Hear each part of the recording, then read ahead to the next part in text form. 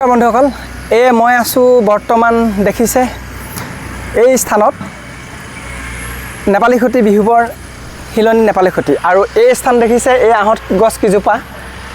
ভালকে প্ৰত্যক্ষ কৰক এই গছ কিজোপাৰ তলত এটা সময়ত বহুতে জিৰণি লৈছিলে খেলিছিলে সৰু ল'ৰা ছোৱালীৰ পৰা আদি কৰি ডাঙৰ মানুহৰ পৰ্যন্ত কিছুমানে ক্ৰেম খেলিছিলে কিছুমানে লুডু খেলিছিলে কিছুমানে আড্ডা মাৰিছিলে আৰু আজিৰ পৰিৱেশ চাওক এই স্থানৰ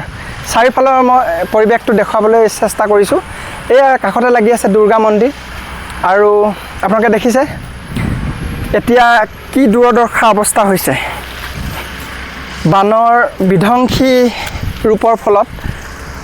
চাওক চাৰিওফালে ঘৰ বাৰী চিনবান নাইকিয়া হৈছে আহক আমি আগলৈ আৰু দেখাবলৈ চেষ্টা কৰোঁ এইবিলাক পকী ঘৰ দেখা পাইছে পকী ঘৰ নামত মাথো থাকি গ'ল ভেটি আৰু মই মোৰ ভাইটি বিনোদ শৰ্মাক অনুৰোধ কৰিবলৈ চেষ্টা কৰিছোঁ দেখাবলৈ চেষ্টা কৰিছোঁ চাওক এইবিলাক ভেটি দেখা পোৱা গৈছে চাৰিওফালে মাত্ৰ ভেটি আৰু আহক আৰু আগলৈ দেখুৱাওঁ এইবিলাক দেখিছে পকী ঘৰ কিদৰে থান ভান হৈ গ'ল কেঁচা ঘৰটো বাদেই দিছোঁ কেঁচা ঘৰ পৰ্যন্ত উটুৱাই নিছে লগতে এইবিলাক পকী ঘৰৰ দুৰৱস্থা চাওক আৰু বৰ্তমান সময়ত এতিয়া মেচিন লগাই কাম চলি থকা দেখা পোৱা গৈছে আহক আৰু আগলৈ দেখাবলৈ চেষ্টা কৰোঁ চাৰিওফালে চাওক কেনেকুৱা অৱস্থা কৰি থৈছে সেই 19 তাৰিখে বৈ যোৱা বানপানীৰ ফলত আজি এই দূৰদৰ্শা এই স্থানীয় বাসিন্দাৰ আৰু আপোনালোকে দেখিব পাইছে দুই এটাহে পকা ঘৰ দেখা পোৱা গৈছে এয়া ভুক্তভোগী পৰিয়ালৰ কাষত মই আজি উপস্থিত হৈছোঁহি যিহেতু আমি আমাৰ লগৰ হয় এওঁলোক আৰু আমি সৰুৰ পৰাই খেলি ধূলি ইয়াতে ডাঙৰ হোৱা মই ইয়াৰ স্থানীয় বাসিন্দা আৰু গম পায় চবেই ইয়াতে আমি কিমানখিনি চবেই সহায় সহযোগ আমাৰ গাঁৱৰ মানুহে কৰাৰ বাবে যিমান পাৰিলোঁ আমি মানুহখিনিক চেষ্টা কৰিলোঁ তথাপিতো এই গাঁওখনৰ পৰিৱেশ আৰু সেই সময়ত কি হৈছিলে এওঁলোকে জানিব আৰু এওঁলোকৰ দ্বাৰাই আমি জানিব বিচাৰোঁ কি হৈছিলে সেইদিনাখন কওকচোন আমাৰ দৰ্শকসকলক সেইদিনাখন মানে ৰাতিপুৱা পৰাই এনেকৈ বৰষুণ পৰিলে পানী লাহে ধীৰে বাঢ়ি আছিলে কিন্তু বহুত বছৰ এনেকৈ আপোনাৰ বানপানী উঠে যদি বা ইমান বেছি নহয় কিন্তু সেইদিনাখন হঠাতে আপোনাৰ মানে 2-1.5 ঘণ্টাৰ ভিতৰত ঘৰ মুধ পালেহি মানে আপোনাৰ আৰু এই গৰাখন কমচে কম 30-35 ফুট আঁতৰত তাৰপৰা খহি ইয়াত পালে তাৰপিছত ঘৰ দুৱাৰো আমাৰ একো নাই সব একেবাৰে উঠি গুচি গ'ল মানে ঘৰ বুলিবলৈ একো নাই ইয়াত বস্তু বাহানিটো একো বচাব নোৱাৰিলোঁ ঘৰ বুলিবলৈ নাই আৰু আপোনাৰ 25জনকৈ মানুহ উঠি আছিলে যিজন ঘৰ সেই তাৰো একো ব্যৱস্থা নাই মানে হেৰি ঘৰ দুৱাৰ একোৱেই নাই একজেক্ট পইণ্টটো কোনডোখৰত আছে যিটো ঘৰত 35জনকৈ মানুহ সেই ঘৰ ভেটিৰ ওচৰতে আছে আৰু এয়া চাওক মোৰ এই ভাতৃ প্ৰতিম এওঁ মোক ৰাতি 10টা বজাত ফোন কৰিছে যে মামুদা আহক নহ'লে মৰি যাম কিন্তু দুৰ্ভাগ্যবশতঃ যে আমাৰ ইমান সুবিধা নথকাৰ বাবে আৰু এই অঞ্চলত খুবেই সুদ বেছি আছিলে মই সেইদিনাখন নিশা খুব নিজকে নিজে মানে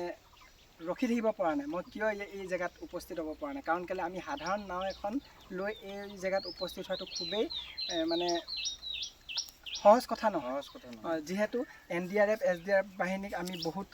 চেষ্টা কৰিছোঁ যাতে এই অঞ্চলত পঠাই তোমালোকক বা এই অঞ্চলৰ লোকসকলক আমি উদ্ধাৰ কৰিবলৈ আমি খুব চেষ্টা কৰিলোঁ তথাপিতো এই বন্ধুৱে নিজৰ পেজ আছে ফেচবুকৰ তেওঁ পেজতে মই দেখিছোঁ বাঁহৰ ঘৰৰ ওপৰত তেওঁ উঠি ভিডিঅ' এটা বনাইছে সেই ভিডিঅ'টোতে গম পোৱা গৈছে যে তেওঁ কি পৰিস্থিতি আৰু সেই ঘৰো আনকি উটি গৈছে এইটো তোমালোকৰ ঘৰ আছে এই ঘৰটো চাওক পকা ঘৰ এই পকা ঘৰৰ এইটো অৱস্থা সেই ঘৰটো এই ওচৰতে আমাৰ এঘৰ হেৰি RCC ঘৰ আছে সেই ঘৰখন থকাৰ কাৰণে আমি প্ৰায় 55জন মানুহ মানে সেই ঘৰটোতে উঠি আছোঁ সেই ঘৰ হেৰি ঘৰটো সেইটো নথকা হ'লে আৰু কিমান কি হ'লে আমাৰ মানে একো বুজি নপৰে এই ঘৰখনৰ ওপৰতে টিনৰ ওপৰত মানে 25জনকৈ মানুহ উঠি আছিলে এই ঘৰটোতো পকা ঘৰ আছিলে তথাপিতো মানে ভাঙি চুৰ মাৰ হৈ গৈছে চিন্তা কৰক যে কিমান ফুট হ'ব লাগিব যে এটা পকা ঘৰ এনেকৈ ভাঙি চুৰমাৰ কৰি মানুহ উটুৱাই লৈ যায় অনুমান কৰক আমিতো বহুত নিউজত দেখিছোঁ বাহিৰে আহিছে বা হয় নাই বাহিৰৰ ফটেজবিলাক হয়। বেছিকৈ দেখুওৱা গৈছে হয়। কিন্তু আজি আমি একদম স্পটত আছোঁ মেইন ডিব্ৰুগড় নেপালী খুঁটি হয়। সীমামূৰীয়া নৈপৰীয়া এই অঞ্চলৰ এই পৰিৱেশ চাওক এইবিলাক পকা ঘৰৰ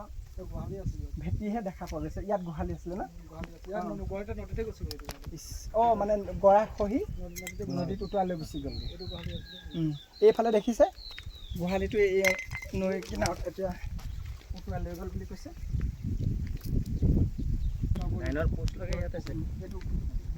পকা পোষ্ট আছিলে এইটো গোহালি দেখিছে কেনেকৈ গৰা খহিছে চিন্তা কৰক এই অঞ্চলত আকৌ যদি দুনাই মানুহ বসবাস কৰিবলৈ হয় তেন্তে নিশ্চয় গম পাইছে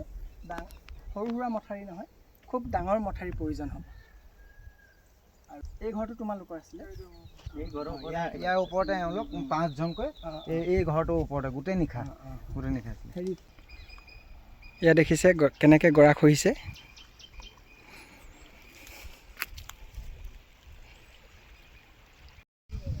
অৱশেষত এটাই অনুৰোধ চৰকাৰলৈ যাতে এই অঞ্চলত দুনাই আকৌ বসবাস কৰিবলৈ হ'লে আমাক এটা ডাঙৰ মথাৰিৰ প্ৰয়োজন আৰু সেই মথাৰি যাতে চৰকাৰে অতি সোনকালে কৰি দিয়ে তেতিয়াহে নেক্সট আকৌ এই অঞ্চলত মানুহে বসবাস কৰিব পাৰিব এয়াই মোৰ চৰকাৰলৈ বিনম্ৰ অনুৰোধ আৰু ইয়াতে মই মোৰ ব্লগটো সামৰণি মাৰিছোঁ